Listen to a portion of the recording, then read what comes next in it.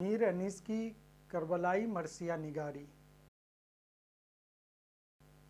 میر ببر علی انیس کربلائی اردو مرثیے کے ایک عظیم شاعر ہیں۔ ان کی پیدائش 1803 عیسوی میں فیض آباد میں ہوئی۔ انہوں نے ایک تعلیم یافتہ اور شاعرانہ ماحول میں آنکھیں کھولیں۔ کم سنی میں ہی اپنے والد میر مستحسن خلیق کے ساتھ لکھنؤ چلے آئے۔ یہاں نامور علماء سے عربی اور فارسی کی تعلیم حاصل کی۔ شہسواری اور سپہ گیری میں بھی مہارت پیدا کی۔ میر انیس نے شاعری کی ابتدا اگرچہ غزل گوئی سے کی، لیکن اپنے بزرگوں کی نصیحت سے وہ میدان مرثیہ گوئی میں اترے اور اس فن میں وہ کمال پیدا کیا کہ کربلائی مرثیے کو بام عروج پر پہنچا دیا۔ یہ سچائی ہے کہ واقعہ کربلا میں جتنے سانحے رونما ہوئے وہ تاریخ کی کتابوں میں نہیں ملتے، صرف اشارے ملتے ہیں۔ انیس جیسے فنکاروں نے ان اشاروں کو اپنے تخیل سے ایک مربوط تاریخ بنا کر پیش کیا۔ کربلائی مرثیہ گوئی میں انہیں زبردست مہارت تھی۔ مختصر یہ کہ میر انیس نے کربلائی مرثیہ گوئی کے سہارے اردو شاعری کو قوت گویائی عطا کر دی۔ سبق کا مقصد استناد اور غیر استناد کی بات رہنے دیجیے تو واقعہ کربلا کی مربوط اور وسیع تاریخ کا مطالعہ آپ میر انیس کے کربلائی مرثیے میں ہی کر سکتے ہیں۔ اردو شاعری کو اگر زبان سیکھنی ہو تو انیس سے بہتر استاد آپ کو نہیں ملے گا۔ انیس کو معلوم ہے کہ ایک قطرے کو گوہر کی ہنر مندی کیسے بخشی جا سکتی ہے، ایک پھول کے مضمون کو 100 رنگ سے کیسے باندھا جا سکتا ہے، جو کجی عیب ہوتی ہے وہ وہی ابرو کے لیے حسن کیسے بن جاتی ہے۔ غرض شاعری اردو زبان دانی میر انیس کو ورثے میں ملی تھی۔ فن کے ساتھ فکر میں دانشورانہ بغاوت بھی انیس کے کربلائی مرثیے کا طرۂ امتیاز ہے۔ اخلاقیات، نفسیات، فلسفے، مناظر فطرت، سراپا جذبات نگاری، سنجیدگی و متانت، جواں مردی و بے باکی اور حق و باطل کا امتیاز، ان سارے امور کا درس میر انیس کے کربلائی مرثیوں سے حاصل کر سکتے ہیں۔ میر انیس شاعری میں کربلائی مرثیے، سلام اور رباعیات لکھ کر وہ شاعرانہ مہارت دکھائی کہ ناقدین آج میر، غالب، اقبال اور انیس کا مربع قائم کر کے ایک کی دوسرے پر برتری ثابت کرنے میں لگے ہوئے ہیں۔ میر انیس کے کربلائی مرثیے کا مفہوم۔ میر انیس نے واقعہ کربلا کے بیانیہ پہلو سے اپنے مرثیے کی بزم سجائی۔ انیس سے پہلے اس کی زمین ہموار ہو چکی تھی۔ ضمیر، خلیق اور دلگیر جیسے باکمال اپنے فن کے جوہر دکھا چکے تھے اور کربلائی مرثیے کو ایک رخ عطا کیا جا چکا تھا۔ ایسے ماحول میں انیس کے کربلائی مرثیے کا فن بیدار ہوا اور انیس نے اس میں انتہائی بلند مقام حاصل کیا۔ انیس کا فن مرثیہ نگاری کے دائرے سے بھی باہر نکلا اور دیگر اصناف شعر کے سامنے بھی ایک چیلنج کھڑا کیا۔ تاریخ، تحقیق، مذہب، سماج، سیاست اور اخلاق و فلسفہ کی ایسی باریکیاں بیان کیں، فکر و فن کے ایسے نمونے پیش کیے، تشبیہات، استعارات، علامات، حسن تعلیل، غلو اور اغراق جیسی شعری تراکیب، لفظوں اور محاوروں کی نشست و برخاست کے وہ جوہر دکھائے کہ آج جب ان کے کربلائی مرثیوں کے فن پر بات کرتے ہوئے ان کی شاعرانہ عظمت قائم کرنے کی بات آتی ہے تو اردو کا پورا شعری سرمایہ ہمارے سامنے ہوتا ہے۔ اردو شاعری کے میر کارواں، میر سودا، مومن، ذوق، اقبال سب کے شعری ہنرمندی ایک دائرہ بنا لیتی ہے۔ اس دائرے میں بھی انیس کے شعری ہنرمندی اپنی ایک انفرادی شناخت قائم کرتی ہے۔ لفظوں کو شعری زبان دینے کا طریقہ جو انیس نے رائج کیا، اس میدان میں اردو کا کوئی شاعر ان کی ہمسری نہیں کرتا۔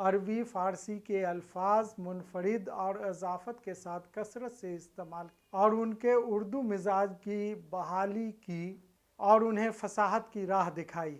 شاعری میں لفظوں کے برتنے پر جو انہیں مہارت تھی، اس کا شدید احساس انیس کو بھی تھا، تبھی تو انہوں نے لکھا: تعریف میں چشمے کو سمندر سے ملا دوں، قطرے کو جو دوں آب تو گوہر سے ملا دوں، ذرے کی چمک مہر منور سے ملا دوں، خاروں کو نزاکت میں گلے تر سے ملا دوں، گلدستہ معنی کو نئے ڈھنگ سے باندھوں، ایک پھول کا مضمون ہو تو رنگ سے باندھوں۔ انیس نے اپنی سلاست بیانی سے متعلق ایک دوسرے بند میں یہ انکشاف کیا ہے: روزمرہ شرفا کا ہو سلاست ہو وہی، لب و لہجہ وہی، سارا ہو متانت ہو وہی، سامعین جلد سمجھ لیں جسے صنعت ہو وہی، یعنی موقع ہو جہاں جس کا عبارت ہو وہی، لفظ بھی چست ہو مضمون بھی عالی ہووے، مرثیہ درد کی باتوں سے نہ خالی ہووے۔ میر انیس نے واقعہ کربلا کے اخلاقی پہلو پر بہت زور دیا۔ ان کے کربلائی مرثیوں میں تعلیم، اخلاق اور انسانی قدروں کی متعدد مثالیں ملتی ہیں جن سے ذہن انسانی متاثر ہوئے بغیر نہیں رہ سکتا۔ اپنے مرثیوں میں اخلاقیات کی ایک دنیا آباد کی ہے۔ یہ حقیقت ہے کہ حضرت امام حسین اور ان کے ساتھی امر بالمعروف کے پابند تھے۔ لڑائی میں اپنی طرف سے پہل کرنا ان کے نزدیک مردانگی کا شیوا نہیں تھا۔ انہوں نے شر اور فساد کو دبانے کی ہر ممکن کوشش کی۔ ذیل کے بند میں حضرت عباس یزید سے مخاطب ہے۔ یہ انداز تخاطب محل نظر ہے: تم کون ہو حسین سے مختار خشک و تر، ان کے سوا ہے کون شہنشاہ بحر و بر، دیکھو فساد ہوگا بڑھو گے اگر ادھر، شیروں کا یہاں عمل ہے تمہیں کیا نہیں خبر، سبقت کسی پہ ہم نہیں کرتے لڑائی میں، بس کہہ دیا کہ پاؤں نہ رکھنا ترائی میں۔ صلح و امن قائم کرنے کے لیے یہ انکساری اور کہاں ملے گی؟ شہ نے فرمایا کہ سر کاٹ لو حاضر ہوں میں، نہ تو لڑنے میں نہ مر جانے میں قاصر ہوں میں، فوج بھی اب نہیں بے یار و ناصر ہوں میں، شہر و صحرا بھی تمہارا ہے مسافر ہوں میں، لوٹ لو پھونک دو تاراج کرو بہتر ہے، کلمہ گویو یہ تمہارے ہی نبی کا گھر ہے۔ میر انیس نے اپنے کربلائی مرثیے کے جز چہرہ میں اپنے ایک خاص فن کا مظاہرہ کیا ہے۔ انہوں نے اپنے بعض مرثیے میں جن کرداروں کا ذکر کیا ہے، اس کے چہرے میں ان کا تعارف بھی بڑی چابک دستی سے کیا ہے، خواہ واقعات کا پس منظر ہو یا کرداروں کی اخلاقیات۔ اس کے بیان میں ایک رزمیہ عنصر کا سما پیش کیا ہے۔ ایک مرثیے کے چہرہ کا یہ رنگ ملاحظہ کیجیے: گردوں پہ جب بیاض سحر کا ورق کھلا، یعنی کتاب ذکر خدا کا سبق کھلا، برہم جہاں میں دفتر نظم و نسق کھلا، ظلمت نہاں ہوئی در باغ شفق کھلا، پہنچا فلک پہ ماہ کو حکم انقلاب کا، موج ہوا سے پھول کھلا آفتاب کا۔ اور رزمیہ کا یہ عنصر: ڈر سے قڑی تو نہ آ سکا کوئی ناب کار، پھر تیر سب لگانے لگے باندھ کے قطار، ایک تیر لگ کے مشک پر گزرا جگر کے پار، پانی کے ساتھ سینے سے چھوٹی لہو کے دھار، ہے سکینہ کہہ کے فلک پر نگاہ کی، ہرنے پہ سر پٹک کے بہشتی نے آہ کی۔ میر انیس کے یہاں مناظر قدرت کے نمونے اگرچہ فرضی ہیں لیکن عقل کو بھی کس قدر بھاتے ہیں۔ ذیل کے بند میں ملاحظہ کیجیے: وہ دھوپ کی حدت تھی کہ تھے کوہ دہکتے، چنگاریوں سے ریت کے ذرے تھے چمکتے، تھے گودیوں میں ماؤں کی معصوم بلکتے، اور ماتھے سے قطرے تھے پسینے سے ٹپکتے، آرام سواری میں نہ لیتی تھی سکینہ، کرتے سے ہوا چہرے کو دیتی تھی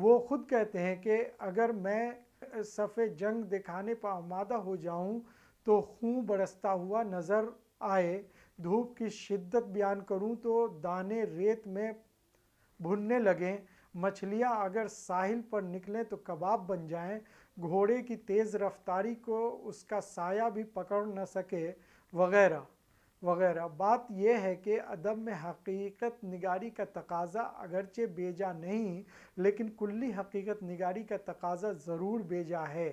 تاریخ لکھنا اور ادب میں تاریخ ہونا دونوں دو باتیں ہیں۔ شعر و ادب میں تخیل اور ابہام لازم ہے، اور جہاں تخیل ہوگا وہاں ابہام کا در آنا بعید از قیاس نہیں۔ انیس جس ماحول میں مرثیے لکھ رہے تھے، لکھنؤ میں شاہوں اور نوابوں کا ایک تکلف تصنع آمیز اور نمائشی ماحول تھا۔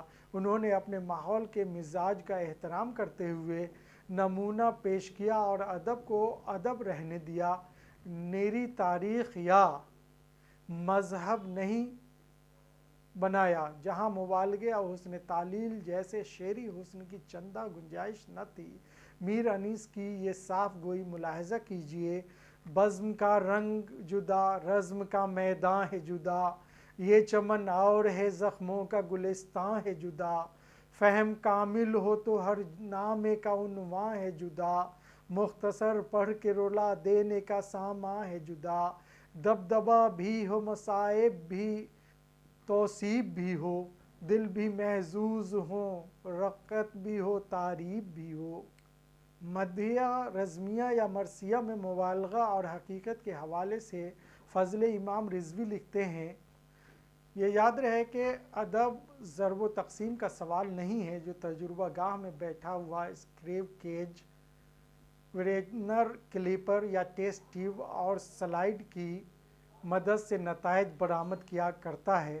شاعر کی نگاہ میں پوری دنیا تجربہ گاہ ہے، شب و روز کے اتار چڑھاؤ زمانے کی نیرنگیاں اور اس کے تجربے، احساس اور مشاہدے کو متاثر کرتی ہیں۔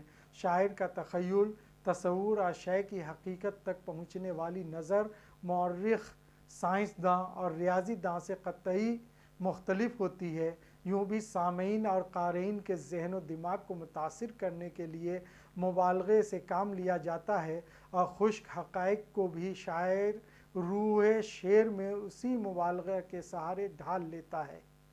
میر انیس نے لفظوں کے برمحل استعمال کے ساتھ ساتھ کرداروں کی زبان کے فطری پن پر زور دیا ہے۔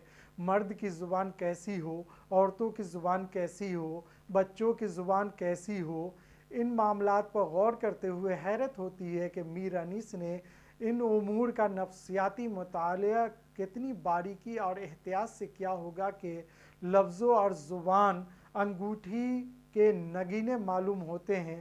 انہوں نے لفظوں کے استعمال میں یہ بھی خیال رکھا کہ لفظ سماعت میں بھی کوئی احتمال پیدا نہ کرے، یعنی اس سے ضم کا پہلو نہ نکلے۔ ایک مشہور واقعے کا لوگوں نے اکثر ذکر کیا ہے۔ میر انیس نے ایک مصرع پڑھا: کان نبی کے گوہر یکتا حسین ہیں۔ سماعت میں اس مصرعے کا پہلا لفظ کان نبی سامعین کے نزدیک قابل اعتراض تھا۔ انیس نے اسے گنج نبی کیا، لیکن یہ بھی گنج نبی کی سماعت سے ضم کا پہلو نکلتا تھا۔ پھر انہوں نے اسے بحر نبی کیا، لیکن بالآخر انہوں نے اس مصرعے کو یوں کیا: درج نبی کے گوہر یکتا حسین ہیں۔ اس طرح انیس نے کلام کی صفائی اور ستھرائی کا خیال رکھا، جس کی داد شبلی سے لے کر تاحال ناقدین دیتے آ رہے ہیں۔ انیس نے اپنے مرثیوں میں زبان و لفظیات کی تبدیلی یا اخذ و قبول کا ہمیشہ پاس و لحاظ رکھا۔ ان کے یہاں عورتوں کی زبان اور محاورات کی تو متعدد مثالیں ہیں، بچوں کی زبان کے حوالے سے بھی ایک بیان موضوع بحث رہا ہے۔ کمتی نہیں پانی کی سلاست رہیں عباس۔ اس مصرعے کے پہلے لفظ کمتی پر اعتراض کیا گیا کہ یہاں یہ لفظ مانوس نہیں،